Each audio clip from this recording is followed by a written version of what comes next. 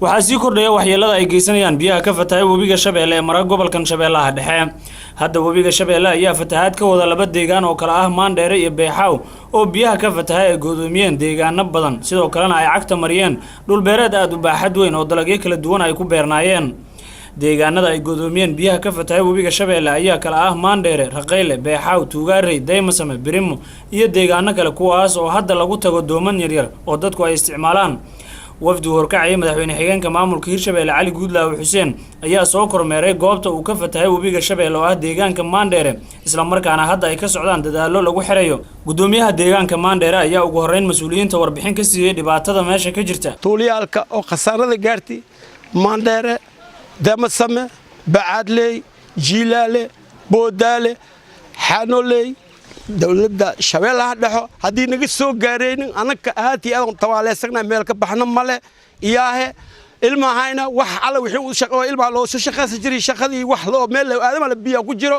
anaka hadda unuko go'dan bihiina daladkii naga socday bihiina ka tagi kar dhaqaaq kar oo bihiina cabi maal waxaan jibrugnahay. gudoomiyaha maamulka gobolka shabeellaha dhexe Axmed Meere Makaraan oo isna goobta ka hadlay ayaa shacabka deegaanadaas ugu baaqay inay ku dadaalaan sidii loo xiri lahaa boqotada maamulka gobolka shabeellaha dhexena uu garab taagan yahay.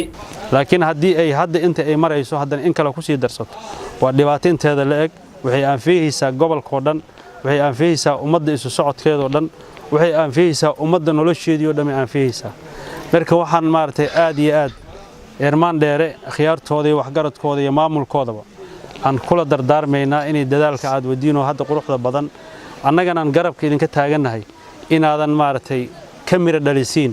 oo aan maartay dib u socodka la soo celiyo dadka horu socodana la wada raaco in wax la qabtana ay naga wada go'naa. ugu dambeyn madaxweyne xigeenka maamulka Hirshabeelle Cali Guudlaaw Xuseen ayaa baaq u diray dawladda dhexe federaalka Soomaaliya iyo beesha caalamka. waxaan leenahay guud ahaan qof kasta gacan ka geysan karto xaaladda ay ku sugan yihiin ummadda Hirshabeelle daadadkan oo ay keeneen